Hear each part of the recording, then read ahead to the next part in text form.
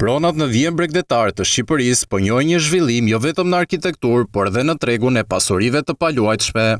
Banka e Shqipërisë thotë se çmimet e pronave për këtë kategori u rritën me 28%, por ekspertë agjencive imobiliare parashikojnë se situata do të jetë pozitive për një kohë të gjatë. Armelida Shtiza shpreh se kërkesa e tregut është në rritje të lartë.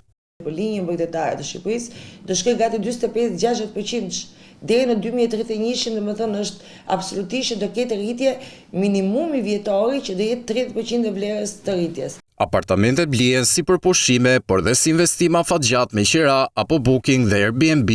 Punojnë me qira ditore me Airbnb dhe reinvestim, domethënë investimin që kanë bërë, ato e nxjerrin nga që ka shumë kërkesa si për qira ditore, si për qira vjetore, si dhe për vlerat e rritjes që avancohen çdo vit edhe më shumë nga 25-30%. Një tjetër faktor ndikues është edhe qasja të huajve në vijën bregdetare të Shqipërisë. Investitorëve të huaj që vinë dhe ka për gati 3 vitesh, 4 vitesh kanë filluar të blejnë, domethënë jo vetëm një vilë për banimin e tyre, por e shikojnë në perspektivë edhe për vlerat e tjera të rritjes. Një pjesë kanë zbuluar rastësisht si treg në Shqipëri kur kanë kaluar ditë pushimi, por më tej kanë vendosur të investojnë. Kjo i ka shtyrë turistët që kanë ardhur për një 10 ditë ose për një weekend.